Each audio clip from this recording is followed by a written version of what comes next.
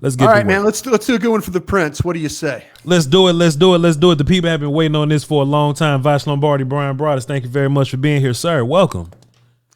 Thank you, man. Great to be with you. I am so happy you reached out, man. I thought I was going to have to walk down to your neighborhood, knock on the door, and try and get in that studio. I didn't know how to get in the door over there, man. Well, you got this thing rolling so well, and all these followers. I'm like, man, that guy's down there doing some great work. What the hell? How do I get involved in this stuff? Well, see, Bryan, I've been watching you for a long time, and the one thing I didn't want to Don't do that, man. No. The one thing I didn't want to do, I didn't want to bring you on and talk nonsense with you. If Voch and Bryan Broaddus are going to be talking about something, it need to be something as impactful as Cowboys versus 49ers. Man, I tell you what, you picked a great week to get this all involved, because there's some serious stuff that needs to be discussed because of the direction that both of these teams are trying to go, where they're going to go, where they're maybe going to end up. But man, this is this one goes back in my life. This one goes all the way back in the 70s for me,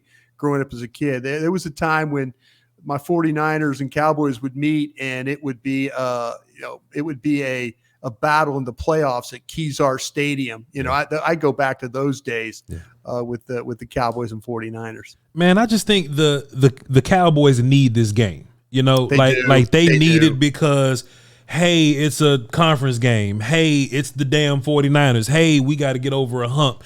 Hey, you don't want to get that loss of, confidence, right? Like, hey, we're going against these guys. We're down 3. We're 0-3 versus these dudes. So when we see them again in the playoffs, maybe we have a lack of confidence versus them, right? When the Cowboys play against the Eagles, I feel good about it. I don't care how good the Eagles are. I just know the Cowboys are confident in beating the hell out of the Eagles, right? So I'm like, oh, that's just the Eagles. This is going to be a good fight. This game is totally different because we're down 2. We are down 2 in terms of big games versus 49ers. And the one thing I don't want to do is I don't want my quarterback, my offense, not my defense. My defense, they're all gangsters. But I just don't want my team going, man, just maybe we can't beat them. Maybe we have to avoid the 49ers in the playoffs. I want this to be like, hey, man, you saw what we did in week 5. I would love to see San Francisco in Dallas. And that's what this is all about. You got to go to Santa Clara to get a win now so that you don't have to play them dudes in Santa Clara in January. That's what this is all about for me, Bryan. Man, I think you've probably been thinking this for a long time, and I just somehow got it into my brain from you, because I've said the same thing. I really do believe that that everything that you just offered is exactly right. I don't think if you're the Dallas Cowboys that you could go to Santa Clara and get curb stomped in this game and be bad on offense and not move the ball and not score any points. Yeah. And on the flip side of that, as well as Dallas's defense has played in these contests, the playoff games, you can't afford for them to pin and pull you to death and screen you to death and big play you to death. Yeah. You can't afford that, because what's going to happen is, if, like you mentioned, if you're ever going to want to go anywhere this year, it's probably going to have to be through the San Francisco 49ers. Yeah. But you're absolutely right. The Eagles games, I feel like, you know what? Hey, can handle this. Yeah. Don't worry about them. Yeah. Eagles got some outstanding players, don't get me wrong. Sure. But both teams kind of know each other that way. Yeah. The thing I know about the 49ers they are bullies. Sure. And people get pissed off at me when I call them the bullies. And they say, well, Dallas is the bullies. No, you went and lost to Arizona. You're not a bully. Yep. A bully goes out there and wins no matter how, whatever. Beat the Giants, beat the Steelers. I mean, they like I said, they go to Pittsburgh and win a game opening day there, just beat Pittsburgh up. Yeah. That's a hard thing to do with Mike Tomlin's team. Sure. But to me, Dallas needs this just for their psychological makeup the rest of the year. Yeah. They just need it. They don't need you and I in January talking about a matchup where, well, the last time that these two teams met, I went back and watched the playoff game last year and picked up some things. Yeah. But we don't need to go back in the playoffs and say, well, we watched that game in week 5 and This is what San Francisco did to Dallas. Yeah. Dallas doesn't need that. No, indeed. No, indeed. So I got 5 points on offense and 5 on defense. We'll just jump around and make this a fun little conversation, Brian. The one fight that I've been fighting on Twitter lately, or just X, whatever they want to call the app, is just like you did. I just look back at the old games just to see how we handled San Fran. And like, man, we don't have a cornerback 2 problem anymore. Like, we don't have Anthony Barr anymore. Like, Noah Brown, Michael Gallup, T.Y. Hilton, Zeke and Malik were your running backs. Even if you go back to the previous playoff game, right? Tony was going through a little health thing, and they decided to rest Tony Pollard. Okay, we rested Tony Pollard just to get to the playoff game and give him 6 touches or something like that. So we're going into this game, Brian, and we've never really let Tony run free like this. We have Brandon Cooks, who is much better than, and shouts out to Noah Brown, great guy, I bet, but Brandon Cooks is a better football player than him. And what Brandon Cooks can bring to the table as far as vertical guy, yak guy, route running guy for Dak, just navigating through zones and things like that. Cooks is a much better football player than a Brandon Cooks, than a Noah Brown. Gallup is here, and Gallup has seemed to gotten into his groove, and we're using him like we used Dez when he got old, right? Give him something short. Let him be a muscle. Let him go and catch something. Jalen Tolbert is a guy. Bryan Broaddus, I don't know if you're familiar with my show, but I love to incorporate film with my show. Even a guy like Kevontae Turpin, who's like the 9th option, can give you a big play, Bryan Broaddus. We didn't have any big plays. Now, all of a sudden, our 9th guy can give us a big play, Bryan Broaddus. I just think this offense, personnel-wise, is built differently than it was last year and the year before that. Well, I think you're absolutely right. And by the way, incorporating film, I absolutely love this. So you and I need to work together more if I get to watch film. Please. But right there, really nice play call, from Mike McCarthy and Brian Schottenheimer at the time. Turpin, hasn't been getting much work, but to incorporate him in that type of situation, hand him the football. We saw it in the preseason, with some of the things that he was able to do. Matter of fact, we were worried, like, is he going to take some snaps away or carries away from Deuce Vaughn? That was with some people. But anytime you can use playmakers to your advantage, because you're playing against a team that does the exact same thing. Sure. They use all their personnel. They really do a great job of that. They're going to give you motion. They're going to do all those things that you would, as a team, you would say, boy, I wish we could do that. I wish we could do more of this. And I do believe that, it is a different team. To me, it's a different year for your quarterback. Sure. I think you're better equipped at the guard spot. If you go back and watch the tape from last year in the playoff game, Connor McGovern was one of your guards. Zach Martin, Tyler Broaddus didn't play particularly well. Tyron Smith was your right tackle. We'll see if, how his health gets him available for this game. I think you need him at the left tackle spot. Terrence Steele. I mean, there's a lot of things different about what the playoff matchup was, when these two teams met, and just personnel wise. But I think there's some things that the Cowboys are better equipped to handle on this 49er defense. To me, I feel like that passing the football with protection has possibilities. I think with Lenore out there, with Ward, I mean, they've got guys that are they're good players, sure. But teams have had some success throwing the football in these guys' directions. They don't move around very much.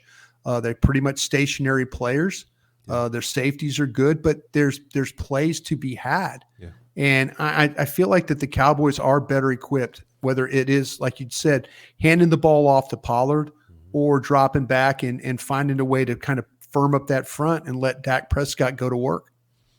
Brian, you mentioned you talked about the offensive line. Last year Tyron Smith at right tackle was just some nonsense, and pick one of the Connor brothers or whatever. They're just not built for this matchup. Now they're not. Brian, yeah. I think Tyler Smith has some of the biggest responsibility going into this game, because just like you called them bullies, right? We have to hit those dudes back. We have to hit Hargrave. We have to hit Armstead. We have to hit those guys back. And we just simply couldn't do that with the Connors or like a Joe Looney type character, something like that. Tyler Smith. I'm just watching the game from last week, Bryan Broaddus, and just the movement on humans that Tyler Smith is able to get, right? And it's not always perfect. Sometimes the feet get a little tight. Sometimes the hands get a little wide, but he's just so naturally powerful. But just Bryan, I looked at this play right here, and I don't want to look at your second round pick because he's out here dropping wide open touchdowns, right? But how about that? My guy Schoonmaker, man. I'm gonna start pulling for Ohio State if he didn't start catching some more passes. We'll talk about it. But I'll tell you what, Voch. Please. I wish the quarterback, he was committed when he sees these safeties, when he sees that too deep look. Yeah, he's thinking he's got the shot. I don't know if the linebacker running, but watch the bottom. Watch how open Cooks is down here at the bottom of the screen. Yeah. Our guy was committed to throwing that whole shot between those two safeties, wasn't he? I mean, Cooks was wide open, but when you see this free just bail like that, oh yeah. What else can you do? Well, look how wide they got, man. That thing should. I mean, for a linebacker to carry, Schoonmaker's got to make that play. And yes, Schoonmaker's my guy. Yeah, I've talked about him a bunch. I feel like I defend him more than any other player on this team when it comes to that. But yeah, he absolutely has to make that catch right there. We'll definitely good read by Dak. Good ball placement too. 100%. But let me show you this Tyler Smith play, Bryan. And this was my favorite Tyler Smith play from the whole film. And I'll tell you why. Because when I know Tyler, I know he's an athlete. I know he's a big, powerful dude. But I was like, man, the one day this dude starts playing with some kind of technique and some kind of nuance, it's going to be a hard day for anybody he's up against. Bryan Broaddus, just an old school, I'm going to feint you with the left hand. I'm going to bait you with the left hand. Yeah. Right? Tyler Smith is baiting people, Bryan Broaddus. You know what I mean? Yeah. He's going to bait you with the left hand. And as you attack the outside hand, because he's rushing outside, that's what he's supposed to do. Boom, and replace almost quickly. Now he's strong. Look how strong Tyler is right here, comparison to Lawrence Guy or whatever he is, right? When you're going against these Hargraves, when you're going against these Armsteads, you're gonna need every technique you can possibly pull out the book, Bryan Broaddus. And I just want to show you one more, and I'm just gonna let you fly on this. Are you gonna tell me? Is this the one where he double adjusts? Is this the one where he? Not this one. Not this one. This is the Pollard run, right? He's gonna come down, he's thump, and then he's gonna get to the next level. Yeah, that's yeah. Now adjust. Yeah. Now, Bryan, let me tell you something. You dealing with these D tackles for sure, but these linebackers, you have got to get on Dre Greenlaw. You have got to get on Fred Warner. You got to get on those dudes because when they see it, they get aggressive and they get downhill fast. The only way to keep those dudes from getting downhill fast is to have Zach Martin or to have 73 meeting those dudes at the rally point, meeting those dudes in that alley. Slow those dudes down. Because if you let Greenlaw and if you let Warner get going, your run game doesn't stand a chance. No, these guys they're really outstanding finishers, and I think he just gave a great example of what you get from Tyler Smith. That ability to adjust on the move. Not to be out of position, the body balance, the footwork, everything about it. You know, the fact that he creates a little bit more width for Pollard to get through and then gets up on the second level to get that block is tremendous. I will say this, when you watch the 49ers, it is and I'll circle back around, but something you need to worry about if you're a Cowboy fan, and you talk about getting up on linebackers, they flat don't even really worry about the down lineman. It's incredible. They trust their guys that by their movement that they're going to be able to one-on-one, and then they just go straight up on the linebackers. Yeah. So this is, we talk about getting linemen up on the San Francisco linebacker. Well, on the flip side of that, though, Dallas has got to be aware in this game of Van Der Esch and Clark and those guys, those down linemen or those offensive linemen for the 49ers are going to come straight off. They're not going to hand check or anything like that. Yeah. So how Osa and those guys win up front can tell you a lot. Maybe they're going to have to, but these last few games that I've watched, man, they have just immediately gone up. Now to Tyler here, what we've learned is the analytics will tell you, and I haven't been a huge analytics guy, but what happens is Armstead lines up at the left technique, the left defensive tackle, and Hargrave's at the right, and that's like 80% of the time. Yeah. They don't flop. Yeah. So what you're doing is you're essentially saying, okay, Hargrave and Tyler Smith, that's a good matchup right there. Yeah. That's power versus power right there. Yeah. You got Martin and Armstead. Armstead, not a great pass rusher, right, but a guy that's going to try and push you. But what does Zach Martin do? Zach Martin sits down in his stance. He sits down, knee bend, plays with power. Now you got Broaddus that can help a little bit to whatever side they need that to take care of. Mm-hmm. But this team, as you've shown here with your clips, are better equipped to handle these defensive tackles. Because you're right, they have to. Hargrave leads the NFL in pressures from the defensive tackle spot. He's the top one. Well, number 5 is Osa Odighizuwa. So there's, this game is full of guys for each team that they're going to have to worry about. Mm-hmm. But the Cowboys with Smith, and maybe this is where the Cowboys were a lot smarter than me. I'm screaming all week, move Tyler Smith, move Tyler Smith, move Tyler Smith. Maybe they knew the San Francisco game was up in front of them. Sure. Maybe they're like, you know what? Damn it. We're not moving this guy. We're going to play because we're going to now, Ogba has done a really nice job. He's done a really good job. Sure. But I'm screaming for Tyler Smith to be out there, and a lot of people were. Yeah. But if Tyron Smith comes back at left tackle, and they've got Tyler Smith playing left guard, they're going to look a hell of a lot smarter than I was, because they were moving him back and forth was probably something that they didn't want to deal with.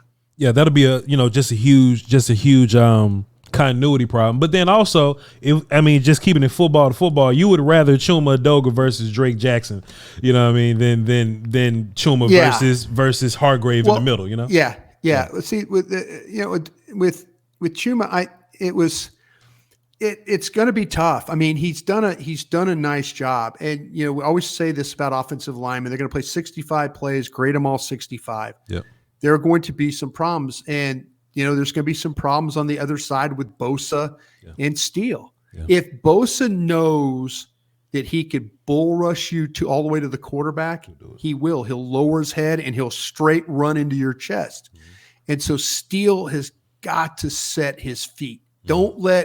Don't let Bosa get up underneath you. And Bosa will give you all that wiggle and movement as he's rushing. Sure. Steele is a very patient guy, athlete, but he needs to set his hands if he can quick. Sure. And be patient, but be it's funny to say be quick but be patient at the same time. But he needs to keep Bosa from that charge. Yeah. But if he gets too high, then that's where people kind of drive him back. So I wouldn't be surprised if they play it like they did when Steele made his first start against Nick's brother in the Los Angeles Chargers, where they chipped him, they put a guy over him, they put a back over there, they one-on-one'd him. Just give him a bunch of different looks. Don't let him just get comfortable going one-on-one with Terrence Steele. Steele has gotten so much better, but I do things to try and kind of help him, because San Francisco is going to do the same thing with their right tackle. Mm-hmm. McKivitz is terrible. McKivitz, to me, is the weak link of that crew. Yeah. And so, to me, they're going to have to find ways to help him. He cannot hold up one-on-one against the Cowboys pass rush. Sure. And the best thing about and we have 5 guys ready to go. We haven't played our first team O-line since since 2020. Let's just knock on some wood there. Hopefully having all 5 of you guys gives Mike McCarthy a little bit of confidence to get it going downfield, to get just to hold the. Can we hold the ball for an extra second and a half to get something vertical going? Hopefully, or something deeper from your lips to God's ears. But I was talking to some people in the front office about Tyron Smith, and with the practice that he had on Thursday, people were like, don't read into too much there. But Friday they don't practice, Saturday they do practice, and Sunday they're going to kind of figure out. They're cautiously optimistic. What I'm saying about that, we'll figure that out probably by Saturday when they get on the plane. Guy told me, "Hey, Brian, this thing might carry all the way to Sunday." So I'm like, oh, damn, not this again. Yeah. And he goes, no, that's kind of where we're at right now. Yeah. That's where we're at. So, if you're all the Cowboy fans, whatever God you pray to, pray that Tyron Smith makes it through the next couple of days and is able to play in this football game, because I think it would be so beneficial to have him in this type of a game where he can – and he's played really well the first 2 games. Sure. His pass protection was really, really good. Mm-hmm. Now, I'm often having conflict on social media once again. I'm always fighting on Twitter, Brian. And, there is a part of me that feels like Dak misses parts of Dalton Schultz, right? Like he does. The sure-handed stuff. You're exactly where you need to be. But Bryan Broaddus, let me just tell you something I never seen Dalton Schultz do. I never seen Dalton Schultz make somebody miss, catch the ball at the 18 and take it all the way to the 3. Yeah. I've never seen Dalton Schultz be yak guy before. Dalton Schultz would always, he would either get caught immediately or him and whoever's wrapping him up would just run backwards till the whistle gets blown, right? That's all Dalton Schultz would do. You would worry about the ball getting ripped out of his hands as he was stood up, right? Yeah. That was that, yeah. Jake Ferguson just brings something a little different to the table, Brian. Yeah, he does. And he's got a slippery element to his game. Mm-hmm. And you could see with the ball right there, it's just that ability to plant the right foot and then, and make the safety miss on him right there. Mm-hmm. That's where Ferguson has been really, really good, is the run after catch. Sure. And, hopefully he can maintain this type of ability, because I tell you what, man, there was times where it was a third down and like 3rd and 4, 3rd and 5. He catches a slant. He gets 9 yards. Why? Because he made somebody miss. Sure. So he's going to get like the first down plus some extra yards tacked on to the end of that run. Mm-hmm. And I think that, I talked about Schoonmaker and we brought it up and all that. I was thinking, maybe Schoonmaker will push. Jake Ferguson ain't letting Schoonmaker take his job. Mm-mm. And he ain't letting Peyton Hendershot take his job either. Yeah. He ain't letting either one of those guys take his job. Yeah. He's doing a nice job. The blocking has been solid. The receiving has been even better. Yeah. And the ability to make people miss has been outstanding. So you mentioned Luke, and we've been talking about Hendershot. And I always say, certain guys just shouldn't be getting hurt for a long time. Like some guy, like CeeDee Lamb can, be down for a couple of weeks. He'll come right back, have his job, no problem, right? Right. Peyton Hendershot just is not a dude that just needs to be sitting out 2 weeks in important games like this. No. Now, I already think John Stevens was on his way to just taking care of business. Shouts out to Peyton Hendershot, right? Yeah. But Luke Schoonmaker, I watched him versus the Cardinals. And he was just one-on-one with, and I'm like, who is this? He's blocking one-on-one. And it's like Jonathan Ledbetter, a dude that plays 3 techs sometimes, edge sometimes, right? Yeah. So I'm looking at Luke Schoonmaker. If we're looking at Schoonmaker versus Hendershot as a blocker, it's not even close. It's not even close. Your 3 best blockers are Ferguson, Luke, Sean McEwen. Those are your best blockers, whatever, right? If Schoonmaker can just get a hold on, pass catching, just all that, I think it's clear that Hendershot has a problem coming back. But this game in particular, why I think it's important, right? I think you have to have diversity in your run game, right? I don't think we could just, bang it up A gap all day, B gap all day. I think we're gonna have to work the outsides a little bit. And in order to work the outsides, we're gonna have to seal those gaps, crack those guys down. And what better tight end do we have, Bryan Broaddus, to deal with bigger dudes than Luke Schoonmaker? I think he's a key to this thing. Even if it's not pass catching, Dak hitting him down the middle, even if it's not that, right? But in this physical game, in this game of 2 heavyweights, we're trying to see who's the bully, who's Debo, right?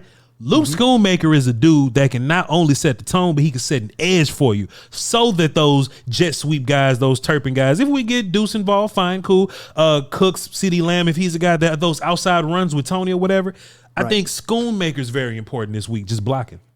Yeah, I feel like you're setting me up for something here with my Schoonmaker love, but no, you're really not. You're just pointing out something that it's fact. I wish he would have. I wish he would have caught that ball the other day. Sure. I think that would have helped his confidence.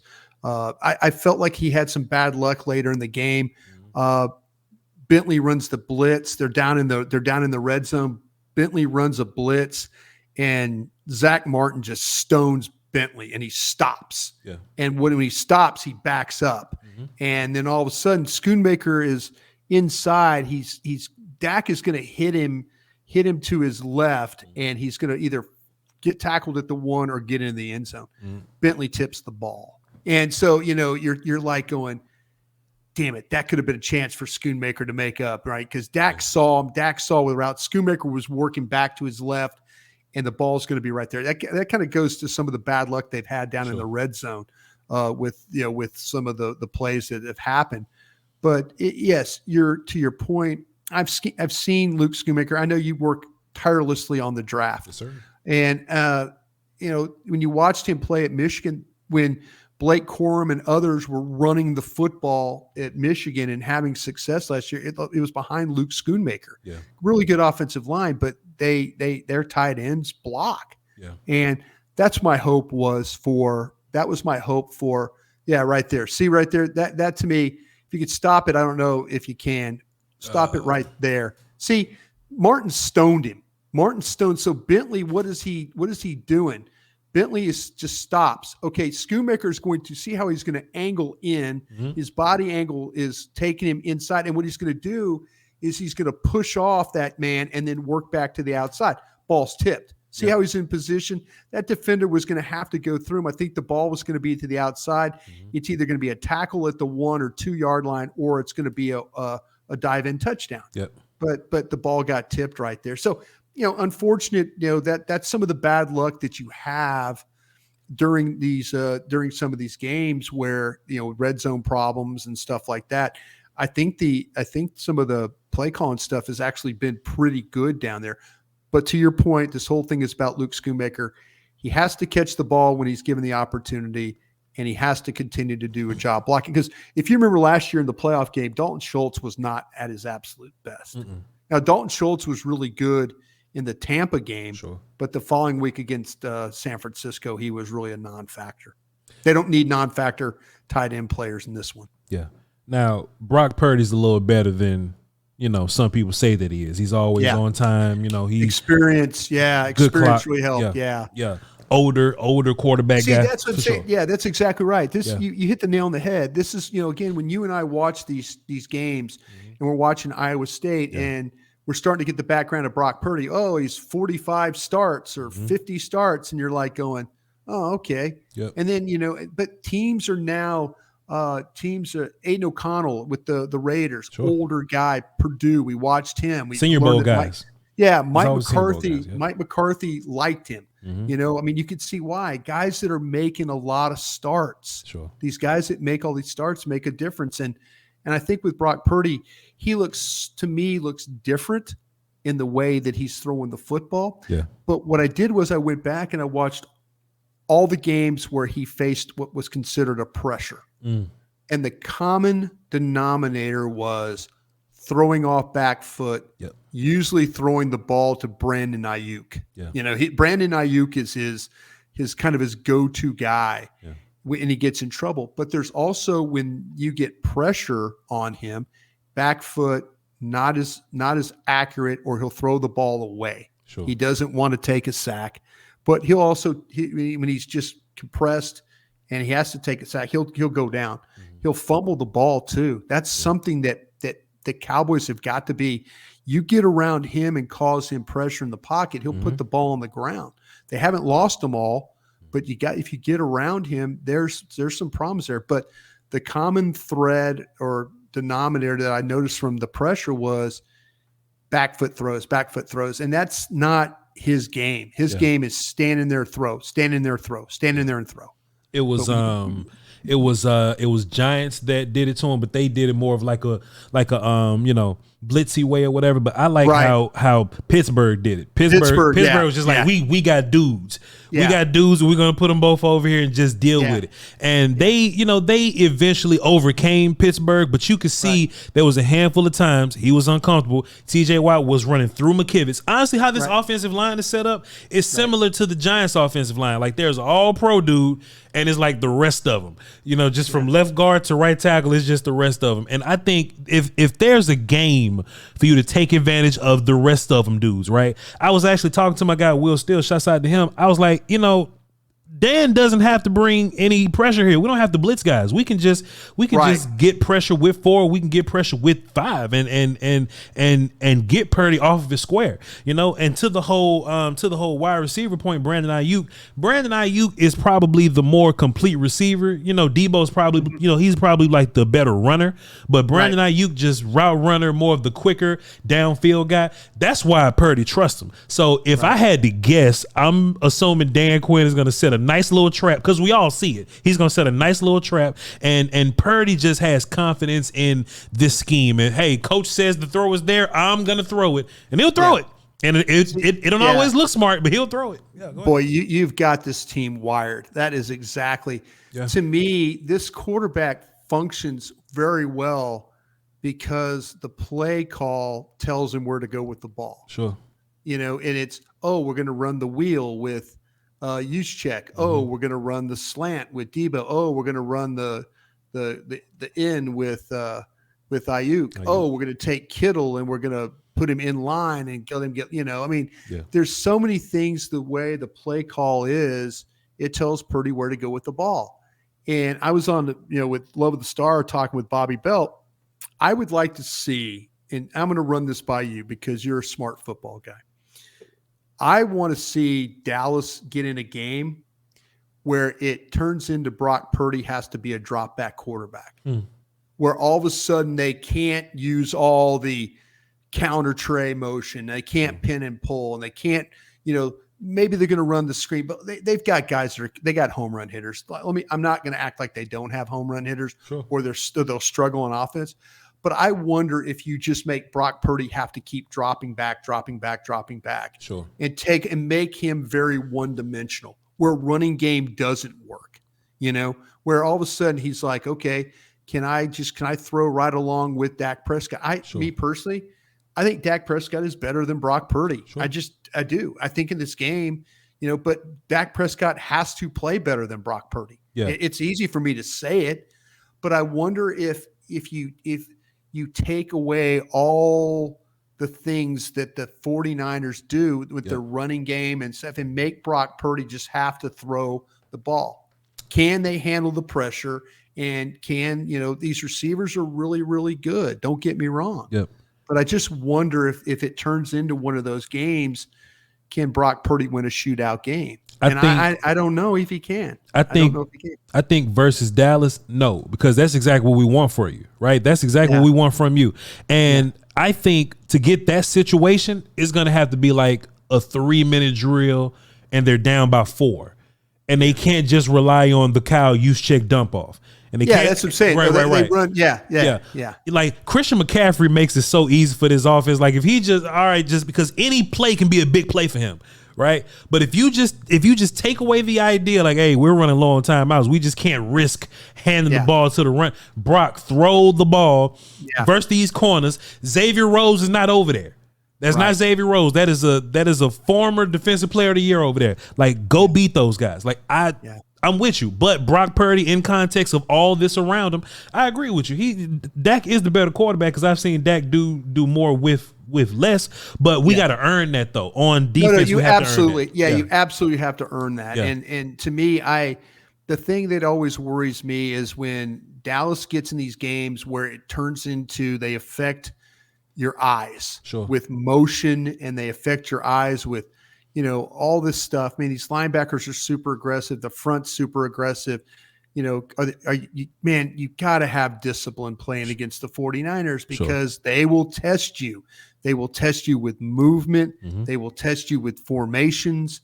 They will test you with personnel groups. It's just, they're thinking like, okay, fine. We getting 21 personnel or 22 personnel, 2 backs, 2 backs, 2 wide receiver. I mean, 2 backs, 2 tight ends, excuse me. We get into that. And are you going to play us in just base? Sure. How are you going to play us?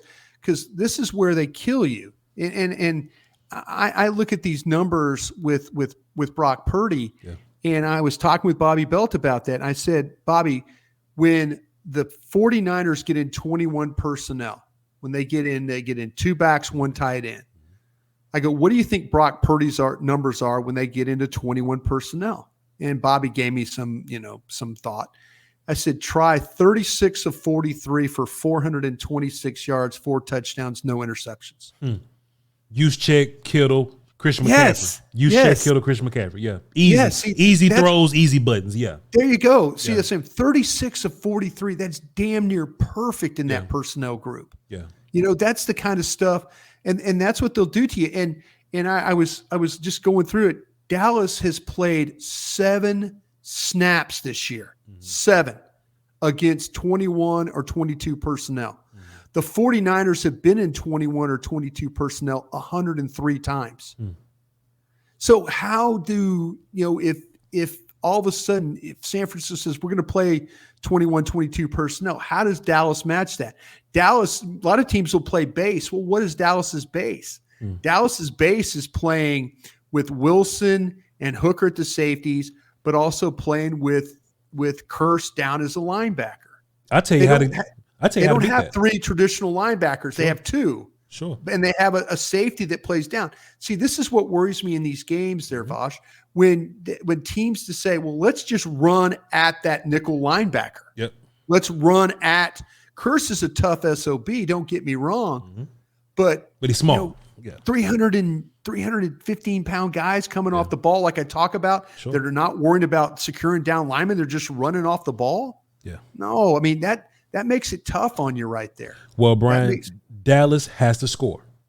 Dallas has to score. Yeah, I totally agree. And listen, man, shouts out to Aubrey, man. I'm glad he's here, but we got 12, 13 other games for him to be kicking all day. We need 6. Yeah. We need 6. And it's going to be hard to do because not a lot of teams get a chance to do it. But if you find a way to put San Francisco in a hole points-wise. Yeah. If you run Juszczyk out there at that point putting Juszczyk at wide receiver at that point, you're just trying to get cute. You're just trying to get cute. You got Juszczyk out wide, and we got Oso Digizua running up A-gap. You know what I'm saying? Because we up 14 or something like that. And then look, it's cool to trust your run game, but with run game, you're killing your own clock. So if we're up and we're in pass rush mode, and then maybe we get some cushion so we get to burn some clock, you're going to get your ass out of 21 personnel. You better call Ronnie Bell out here and put him out there, make him do something real quick. Not going to be able to do it. Yeah, I totally agree. I would just like to see Dallas get Kyle Shanahan out of a comfort level calling plays. Yeah. And I'd like to see Brock Purdy not be comfortable because like we've talked about here, the way the 49ers run their offense, it tells Brock Purdy where to go with the ball, whether to hand it off or to throw it to this guy or to throw a screen over here or to throw the slant here. If they have to play, just make them one-dimensional. Let it be the one-dimensional thing where Dallas gets to rush the passer. Right. And we'll see if you're willing to let McKivitz play one-on-one over there against Micah Parsons. Good luck to him. Or Tank. We'll see if you're willing to do that. Yeah. If you are, you know what? Hey, you better be going to the right church because then all of a sudden, you get pressure over there. Then what's their answer? Their answer is to take George Kittle and put him over there as a blocker to help. Sure. Or Warner, the other backup tight end. Yeah. But somebody's coming off the field. One of those weapons is not going down the field running routes if your right tackle can't play. So it's they ain't asking McCaffrey to sit in there and block people, even though McCaffrey will. McCaffrey's a tough SOB, by the way. Yeah. These guys all love to block. Man, Brandon Kittle, Ayuk, Brandon Ayuk, he killed somebody in that Pittsburgh game. That corner, it was on the run McCaffrey had. I mean, Ayuk he got a helmet sticker. I mean, these guys, there's some vicious blocking going on out there. Really is. I got one more for you, Brian. I'm gonna let you go. So I was pondering all week on who's gonna be the Kittle guy, and I was just going over different options or whatever. JK's done it before. You can get nickel guys to go do it. Izzy has been a non-dress guy for the past couple weeks. Do you think Wanye Thomas is do you think that this is a Dan Quinn trust thing, that he's not just here for kicking teams and nothing else, that he trusts them enough to come in and one, play the run, but for two, chase around tight ends like Kittle, Wanye Thomas? Man, I like what you're trying to do here. Sure. I think you have to, even though Kittle plays 71 or 72% of his snaps in line, which would be tight. Yeah. I think you almost have to treat him like a wide receiver. Have to. I really do. And he's going to play some slot, but I think do you trust a Jordan Lewis? Do you trust Thomas? You're going to have to put something. The thing that I worry about putting Curse on him, we saw what happened when Curse was deep on the long run from Rondell Moore, right? We didn't see. Looked a little stiff, like he couldn't turn. Yeah. And the thing about Kittle is he will shake you. He will move you. He is up the field. He's going to find space. He killed you in the playoff game with that miraculous catch that he made. But to me, what happened to him? What happened to him? I know. Yeah. And he went from being a guy that looked really super confident towards the end of the year to last year to being a guy like in training camp. You're like, okay, that's okay. It's, but you didn't see it. You didn't see the elevation.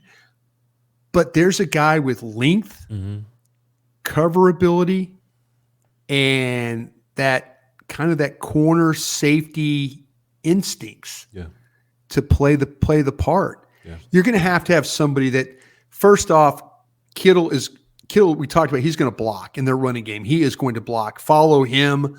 Follow 85 and 44. You're usually going to find where the ball's going. Yep. That's that's usually the case. Yeah.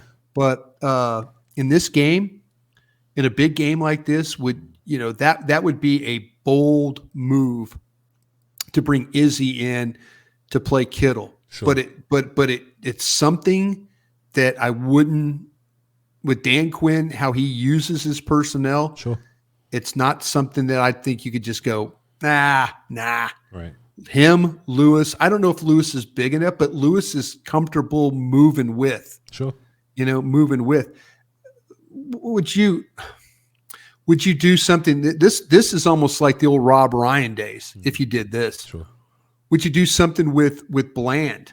Would there be certain coverages, certain maybe just a junk defenses like they used to call it? Yeah. Would you take Bland and put him on Kittle? My whole thing is that Brandon Ayuk is like you. You don't trust anybody else to take Ayuk. Right. Even Gilmore, who's fantastic. He's Gilmore, but he seems to be struggling with he doesn't run like he used with the faster guys. Right. So I'll let Gilmore run with Debo or something. Debo's not going to blaze you. You know what I'm saying? Plus his ribs are hurting right now. So I'll let him do that. Right.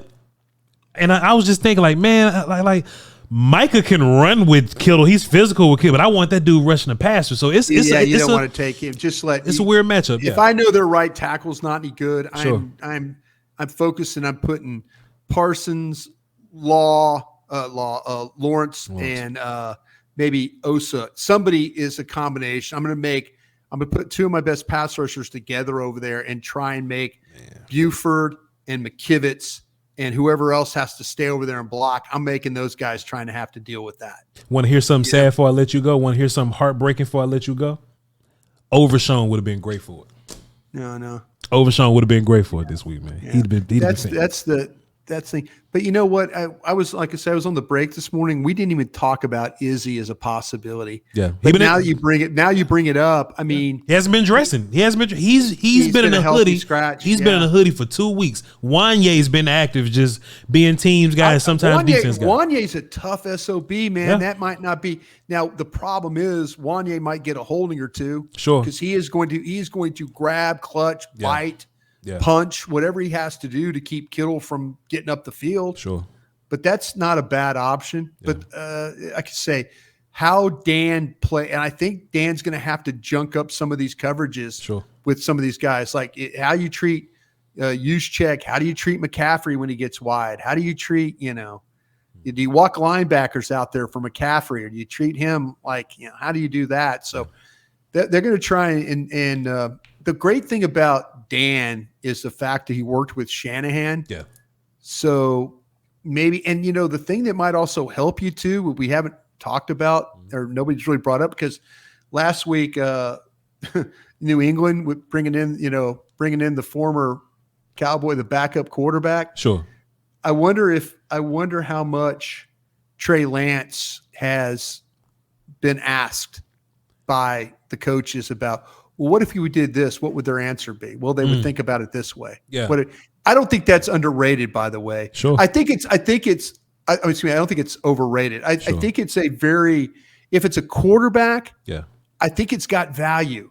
I think it's got value because quarterbacks are taught protections. They're taught routes. Sure. They're taught everything. Yeah. Quarterbacks can help. If it's a lineman, a defense, I don't. If anything, I don't think Trey's giving up plays or anything like that. But if anything, he's giving up reasons why. Hey Trey, you was here. What were they talking about when they was talking about Dan Quinn's defense last year, or just whatever? I think what was the quarterback room like when they was talking about attacking this guy? Right? Yeah. What was the coaching point? Yeah. How did you guys talk about blocking Micah Parsons, Malik Hooker, and guys like that? Yeah. Yeah. How did you talk about that? Yeah. And that's where I think that Trey Lance could help you. Sure. I think he could say, listen, this is where, and nobody's making a big deal about it because I don't think Mike McCarthy wants anybody to make a big deal about it. I guarantee you there's some Trey Lance has walked over the defensive side and they put him on the board and they said, okay, this is their number one formation. What is their ideals here? Sure. Well, they want to get this. They're trying to attack this look. Dan knows Shanahan. Yeah. But Trey could bring him into 2023 football. Sure. Where Dan has known him from his days in Atlanta. Sure. So, but yeah, there's both teams are going to have to really deal with a lot of different looks and different adversities, and hopefully your quarterback is better than their quarterback this week. That would be a big step in the right direction because, like we said earlier, Voch, I don't want to be sitting here in a playoff and talking about 0-3. Yeah. 0-3 against these guys, and they curb stomped you. You couldn't stop running the ball. Right. All the things we talked about throwing down the field. They never got pressure on McKivitz. Yeah. You know, I don't think that's good for anybody going forward. Yeah. All right. Hey, shouts out to you, man. It's been a long time. Thank you, brother. I appreciate you. Love you, man. Thanks for all you do for us. And keep fighting the good fight, man. 100%, Mr. Wolf. Don't let these bastards get you down. You know what I'm saying? Never. Tell the good people where to find you, man. Well, 105.3 The Fan. Man, I've got all these jobs. I got a kid at the University of Texas. 105.3 The Fan, 2 to 7, G-Bag Nation, Monday through Friday. Working with DallasCowboys.com on the break. That's on at 11 a.m. Central. Love working with those guys. Love working with those guys. Love of the Star podcast, another thing we're doing. And then every once in a while, my good buddy Voch Lombardi lets me come on and have fun with him. So I'm grateful to everybody. Thank you, guys. Love you. Appreciate y'all. Appreciate you, sir. This has been an honor and a privilege. Volume.